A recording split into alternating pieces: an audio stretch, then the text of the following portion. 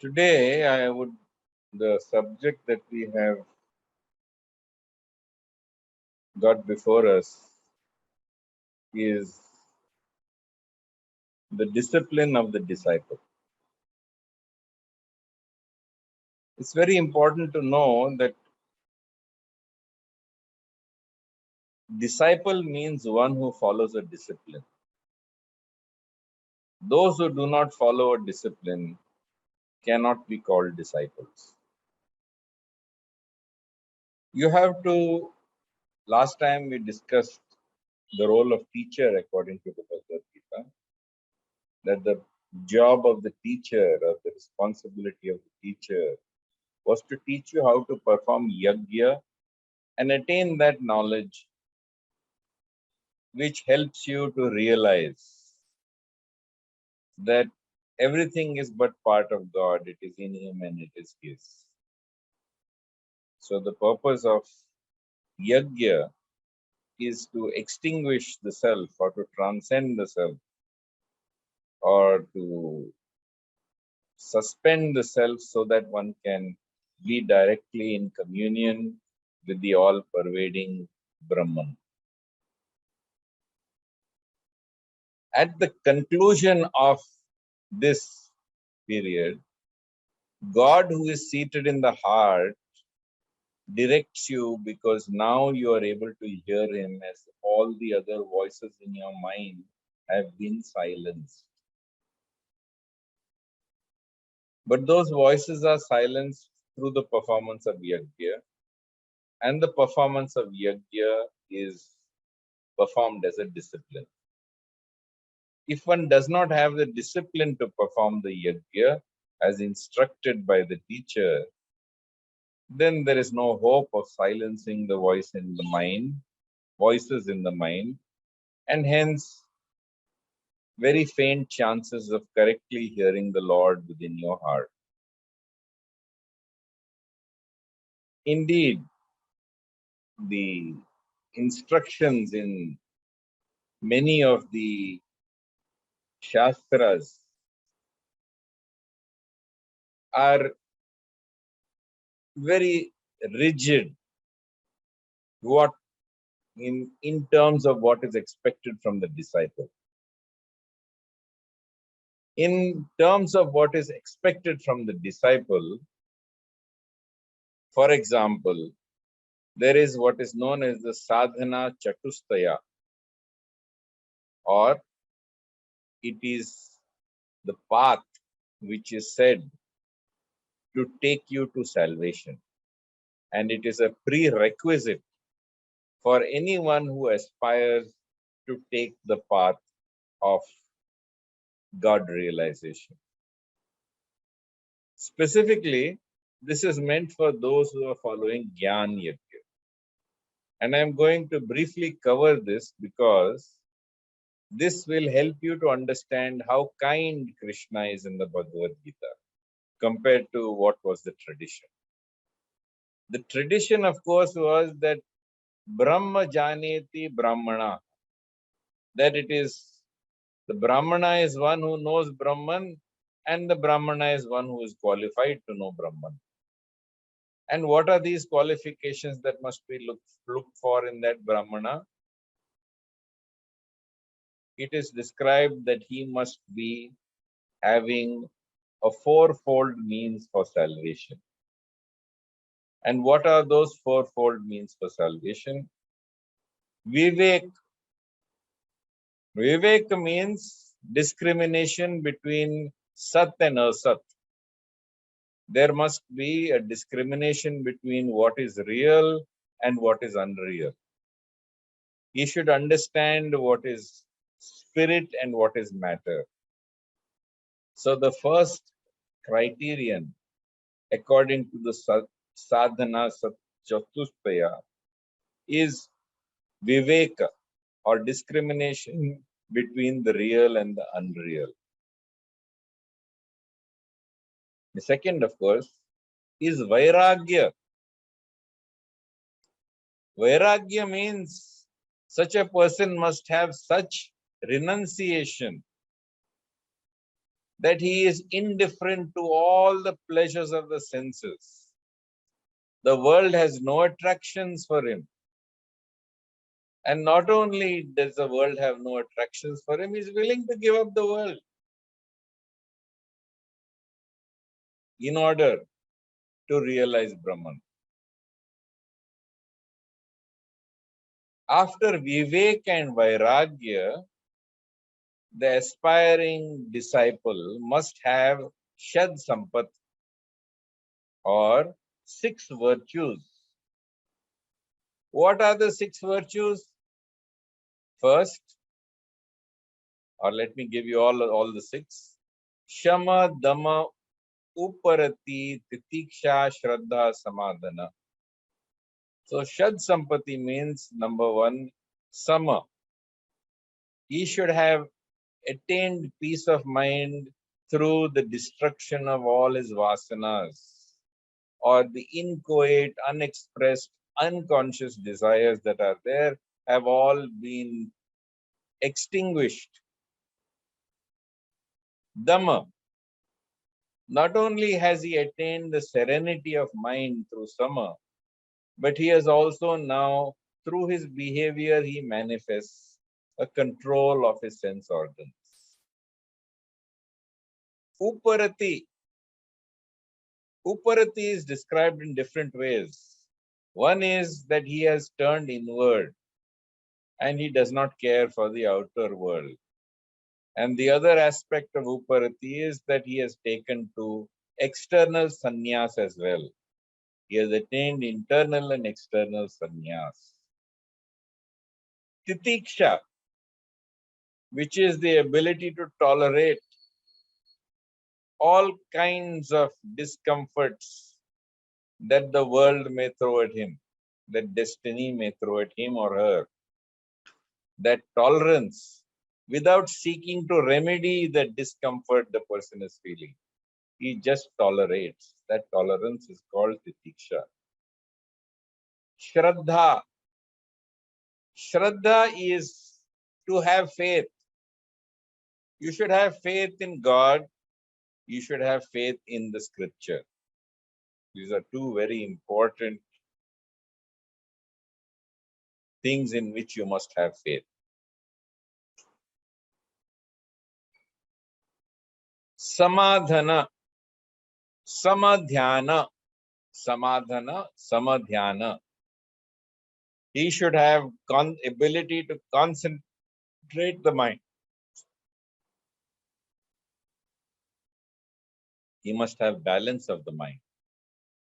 He must be able to focus the mind. And the 4th criteria after Vivek, Vairagya, Sad Sampati, the 4th criteria is called Mumukshutva, which means he has an intense desire for liberation. Intense desire for liberation. So, how many people do you think are qualified with all these? Vivek, Vairagya, Shad Sampati, Mumukshutva. Very few will have all the qualities. Especially that renunciation, internal and external. The ability to discriminate between real and unreal. To be tolerant, to be able to concentrate the mind. To have serenity of mind through the eradication of vasanas. In fact, these qualities, which are known as the sadhana chatushraya, are considered to be the goal of spiritual life by many people. But in fact, these are frequently spoken of as the prerequisites, not the goals. And needless to say, Brahma janeti Brahmana. So if you are not qualified by being a Brahmana, then you are very unlikely to have all these. And even those who are supposed to be Brahmanas are very unlikely to possess these qualities in the requisite measure. But Bhagavad Gita is very kind. Krishna is very kind in the Bhagavad Gita. And what does Krishna say? Krishna says you don't have to be Brahminical. Not by birth, not by guna and karma either. Sama, dama, tapa, shaucham. All these qualities that are described in the Bhagavad Gita, all these qualities that are described herein as prerequisites, you don't have to have all these qualities. Krishna says in the 9th chapter, 32nd verse, Mam hi partha vyapashritya tepi syu papa yonayah striyo vaishyas tatha shudras tepi yanti paramgati. So Krishna says, all those who take shelter in me, whatever is their birth, whatever is their race, whatever is their gender, whatever is their caste, those who are scorned by society, those who are rejected by society, all may take shelter of me and all are qualified to reach the supreme destination. Look at that largeness of heart that comes from God himself. Elsewhere, I think in the Bhagwat Puran it is described, yes, in the Bhagwat Puran it is described, that Kirata, Huna, Andhra, Pulinda, Pulkasha, Abhira, Shumba, Kasadaya, all these tribes, he names all the tribes who are considered to be worse than outcasts. And he says all of them can also attain salvation by taking shelter of Bhagavan Krishna. So, in fact, it doesn't mean that you have to necessarily belong only to the rejected parts of society or the unfit parts of society. Of course, if you are qualified, if you have these prerequisites which are been detailed earlier, it is very advantageous. Kim punar brahmana punya bhakta raj rishista tasataka anityam sukham lokam imam prapya bhajasvamam. So what to speak then of kings and sages with meritorious deeds? What to speak of devotees who have been purified? Therefore, having come to this transient and sorrowful world, joyless world, they engage in devotion towards me. So this is the first thing. The prerequisites I have given you, but these prerequisites are not warranted or not necessarily required by Bhagavad Gita. Krishna in the Bhagavad Gita points out that anyone may take shelter of me. Anyone may take shelter of me, regardless of birth, regardless of gender, regardless of your profession, regardless of whatever you are. Even if you're an outcast, even if you're a tribesman, compare this with Brahma Janeti Brahmanaha, and you will understand the difference. Therefore, the Bhagavad Gita has been compared to,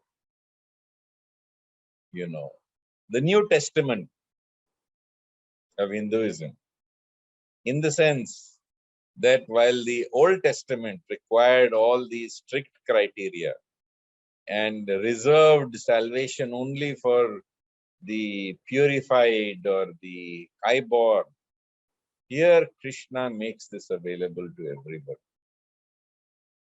I explained to you how in the Shad Sampat and how in the Sadhana Chatustaya, he points out that you need to be actually in Vairagya before you come. But Krishna doesn't say that. If you are not in Vairagya, it doesn't matter. If you are full of desires, it doesn't matter. Krishna says, Chaturvidha bhajante mam jana sukritino Arjuna artho artharthi jignasur jnani cha bharat sabha. So Krishna points out very clearly. Chaturvidha bhajante mam jana sukritino Arjuna artho jignasur artharthi jnani cha bharat sabha. So he says 4 types of people approach me. And 4 types of people, they engage in my devotion. These 4 are those who are in distress, those who are suffering, whether they're suffering physically, whether they're suffering emotionally, whether they're suffering intellectually, whether they're suffering in ego, whether they are suffering spiritually. Those who are in distress, those who are suffering, they come to me. So also Krishna says, those who seek worldly possessions, they also come to me. So if you're full of desire for worldly things, don't worry. You are not disqualified from being a disciple. Krishna welcomes you and embraces you with both arms. Those who are inquisitive, jignasur, those who are inquisitive, what is this? What is Krishna? What is spiritual life? Such people are also qualified to be disciples. And lastly, Krishna says, those who come to me in knowledge, knowing that I am the source of everything, such people are also welcome. Indeed, Krishna says in chapter 7, text 17, Tesham jnani nitya yukta eka bhaktir vishishyate priyo hi jnani noti artham aham sa cha mama priya. Among these 4, I consider the one who comes in knowledge to be the highest. For they worship me with knowledge. They are steadfast and exclusively devoted to me. And I am very dear to them. They are very, very dear to me.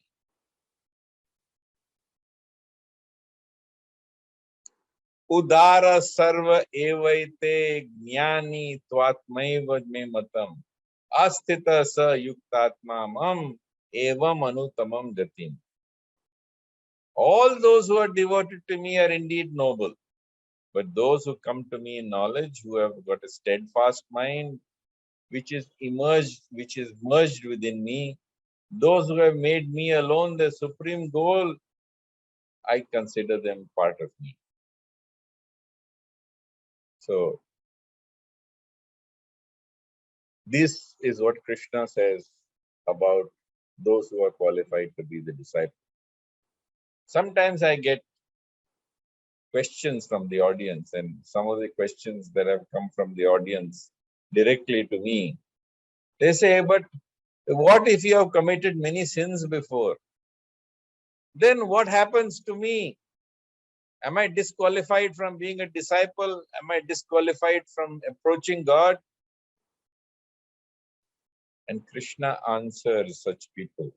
He says, Api chet sudracharo bhajate mam ananya bhakt sadhu revasa mantavya samyak vyavasito hi saha shipram bhavati dharmatma shashvat shantim nigacchati kaunteya pratijanahi name bhaktya pranashyati.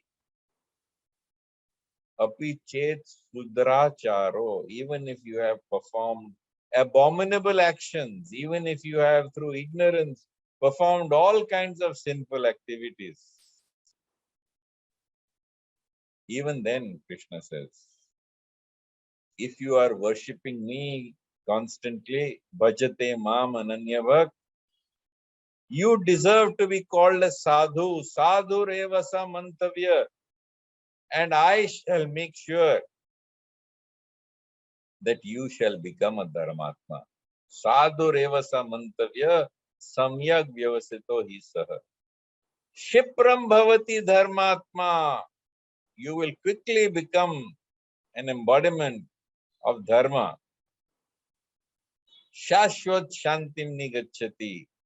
You will soon attain that eternal goal and destination. Kaunteya Pratijanahi, O son of Kunti, I declare it boldly, my devotee shall never perish. So even if you are a person who has performed all kinds of simple activities, once you take to this path described by Krishna, and on this path which is described by Krishna, you find that you can dedicate yourself with constant devotion. Krishna says he will call you a sadhu and he will make you dharmatma. In fact, when you perform the yajna given by your teacher, and that yajna eventually results in your acquiring that knowledge, which is that all things lie within God, they're in Him and they're His. Krishna says, Api chedasi papebhyo sarvebhyo papakritamaha sarvam jnana plavaineva vrijinam santarishyasi. He says, even if you are the greatest sinner amongst all sinners, you may be the Nobel Prize amongst all sinners. But still, once you get this knowledge, you will cross over this ocean of suffering on this boat of knowledge. Yatha idhamsi samido agnir bhasmasat kurute arjuna. Jnana agni dagda karmani bhasmasat kurute tatha. He clearly declares to Krishna. Clearly, Krishna declares to him that just like firewood is turned into ashes when it is put into fire, so also all your sins will be destroyed and they will turn into ashes. Krishna also points out, Sarva dharman parityaja mam ekam sharanam vraja. Aham tvam sarva papebhyo mokshayishami masucha. That if you abandon all other varieties of religion and surrender to me alone, I shall free you from all sin, never fear.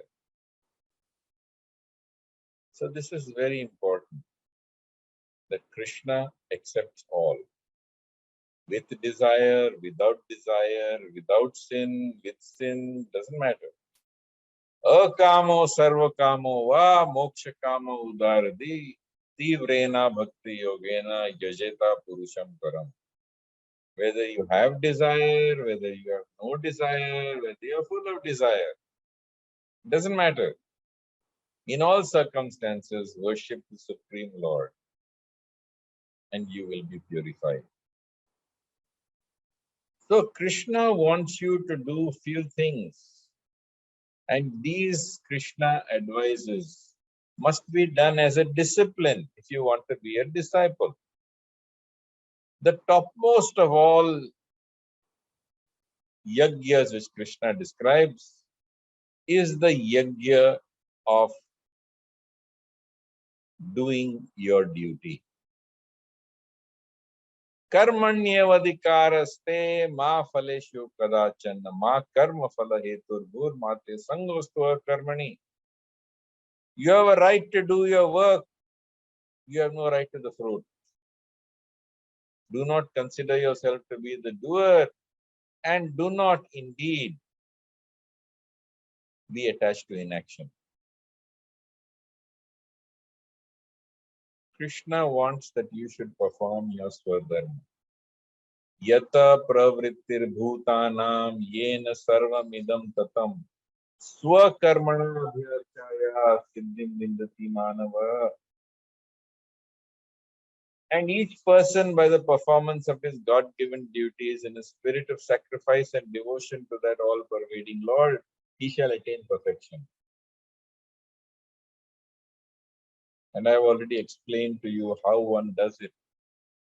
That before you engage in any activity, you offer that activity as a flower at Krishna's feet. That Krishna, this is for you. Om Tat Sat. Then it may be an email, it may be a call, it may be a meeting, whatever it is.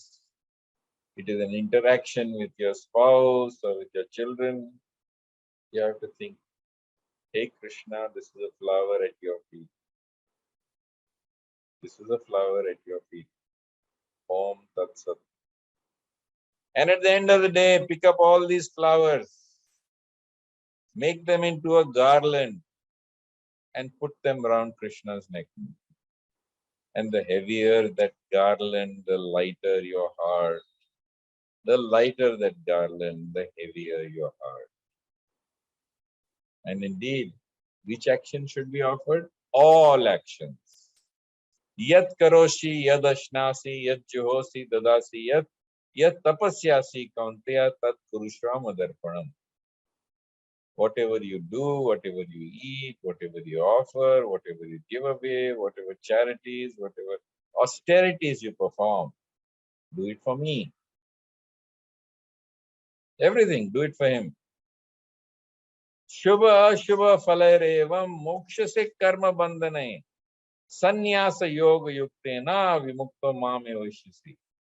And if you offer everything to me, then you are engaged internally in sannyas yoga. Even while you perform your worldly duties. And thus, Krishna explains, you will come to me without fail. So please remember, don't aspire for the fruits. Anashritah karma phalam karya karma karoti yah sa sannyasi cha yogi cha na nirajnit na chakriya. When you act in a spirit of devotion, without seeking the fruits of your labor, you are truly the sannyasi, you are truly the yogi, not one who has abandoned the world and lights no fire and does no work. So this is the beauty of Bhagavad Gita. That Bhagavad Gita, Krishna says, anyone can be a disciple. And what's more, he doesn't want you to give up what you're doing. He wants you to, in fact, use what you're doing as an offering to him. So the point is that your work itself becomes the means to worship God. Your work becomes the means to meditation. Everything that you do must be offered to him. So your life becomes a meditation upon God. This is what it is. And if your mind is not otherwise occupied,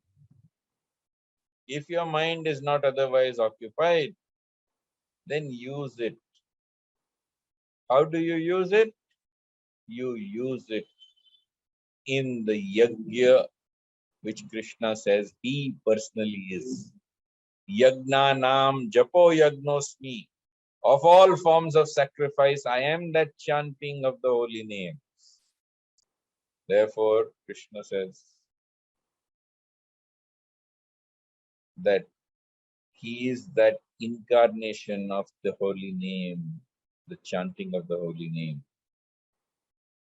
Therefore, when you have time, don't use that time in frivolous entertainment. Don't use that time in frivolous activities on social media, on television, or other entertainments for your mind. Use it to discipline your mind by doing yajna, which is chanting of God's names. In the Bhagavad Gita, Krishna points out that he is the chanting of the holy name. So when you chant his name, Krishna himself dances on your tongue. And when he dances on your tongue, he dances on your mind also. What mind? Your mind, which is like Kaliya Nag, he dances on that mind. And he spews out all the poison that is there. And he pacifies that mind. And instead of keeping it absorbed in self, he uses that mind in the service of the universe to add value to the world through the performance of your duties. So this is what it takes to be a disciple. And such a disciple, what does he do? Machchitta madgata prana bodhyantas parasparam katyantascha mam nityam tushyanti cha ramanti cha. The disciple keeps thus his mind fixed upon me through all activities that he does, especially his work and so that. His life is surrendered unto him. Unto me, Krishna says. His devotees are always content within him, within Krishna. They derive great satisfaction and bliss in enlightening one another about Krishna and conversing about Krishna's glories. So these disciples, they have surrendered their lives to Krishna. They enlighten one another about Krishna. And they're constantly engaged in talking, hearing, singing, chanting about him. Satatam kirtayanto mam yatantascha dridvrataha namasyantascha mam bhaktya nitya yukta upasate. So in chapter 9, text 14, Krishna says, always singing my divine glories, striving with great determination, humbly bowing down before me, they constantly worship me in loving devotion. So, always being absorbed in God. By offering all your daily actions to God, also always enlightening one another about God, and always singing, chanting, reciting the glories and the pastimes of the Lord.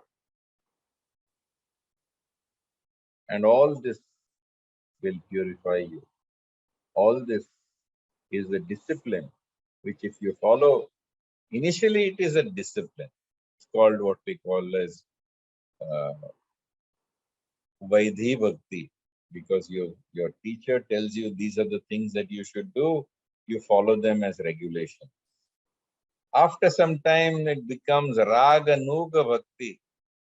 After some time, it becomes a completely different type of bhakti. Something that gives you great pleasure, not because it's a discipline, but that discipline becomes soon a pleasure that you're engaging in. This is the difference.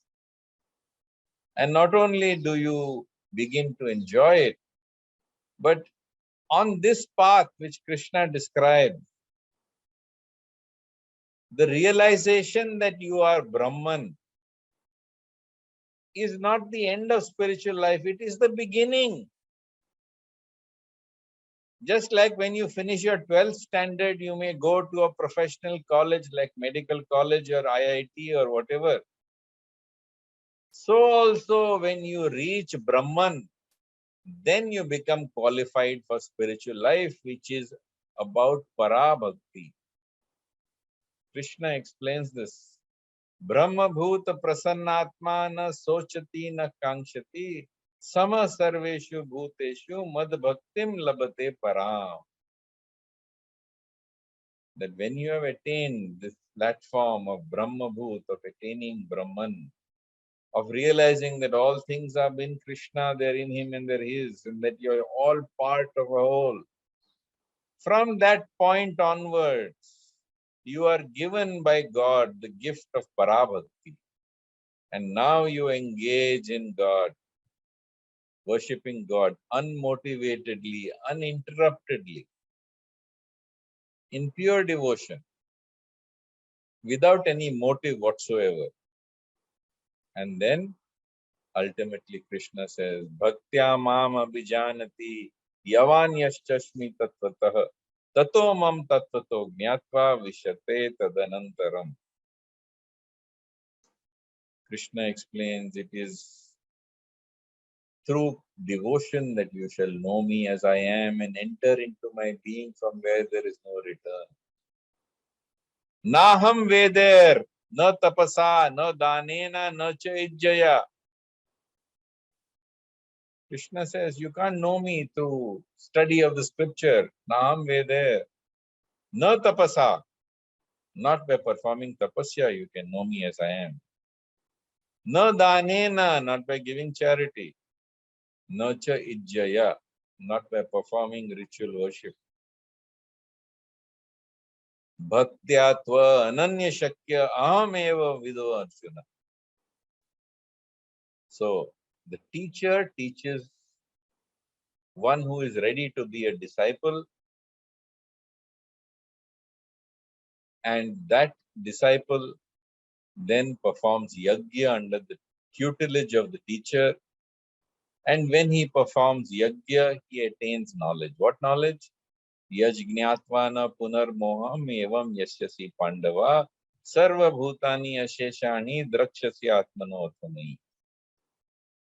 He comes to the realization through the performance of yajna that all things lie within God, they're in him and they're his. This is called Brahma Bhut realization. And when you realize Brahman, Brahma Bhuta Prasannatmana Sochati na Kankshati Sama Sarveshu Bhuteshu Mad Bhaktim Labate Param. When you realize that platform of Brahman, Krishna says, you will be free from hankering and lamentation.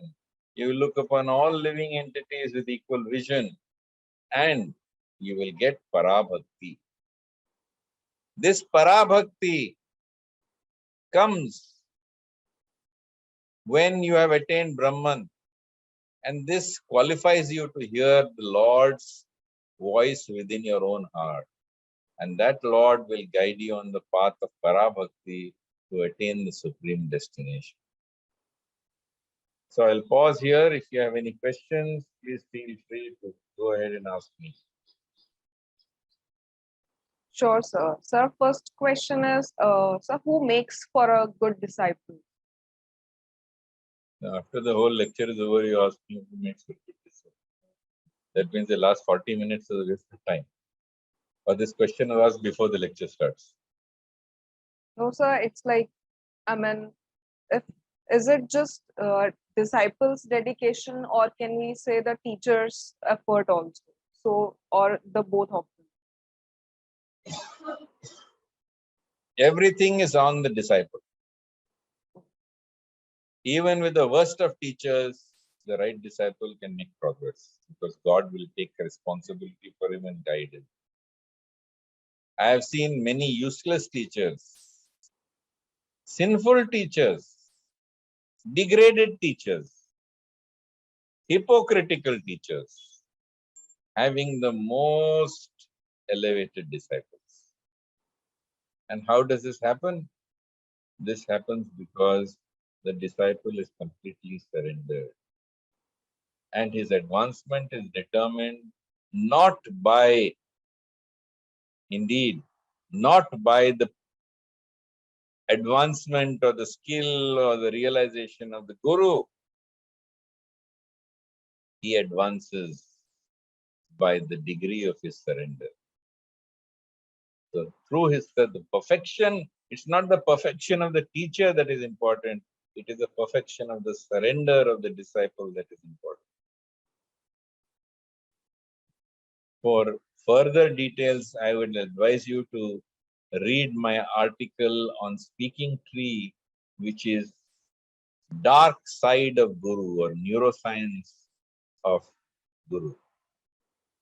You will see that the worst of Gurus, those who have appeared, been caught on video doing all kinds of things, even their disciples, because of their surrender, are often greatly purified and often very noble devotees. Sure, sir. So it's totally on the disciple how dedicated he or she is. Yes. Yes. So with that, moving to our next question. So what is the role of physical action and discipline? What is the role of Physical action and discipline? physical action?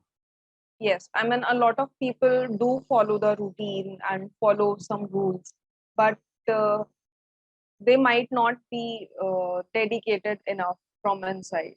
So does that As I just explained, your whole life, every action, all your actions must be offered to God. Yat karoshi yad ashnasi yat juhosi dadasi yat tapasyasi kaunteya tat kurusha madarpana.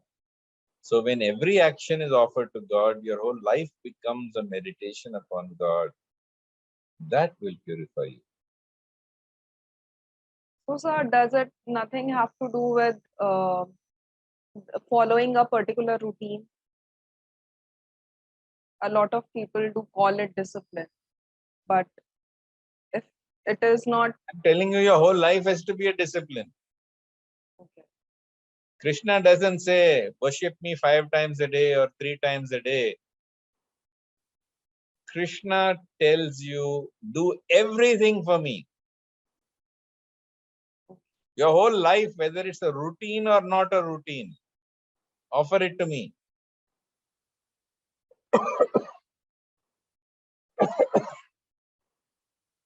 Your whole life, whether it's made up of fixed practices or not, dedicate and sacrifice everything to me.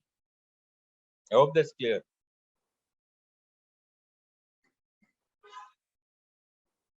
Yes, sir. No? Of course. Yeah. Yes, Okay. sir. Of course. So, sir, these were our questions for today. Anything else? So, sir, these were our questions for today. Thank you, sir. All right. Thank you, Hari sir. Om, Jai Shri Krishna, Hare Krishna to all of you.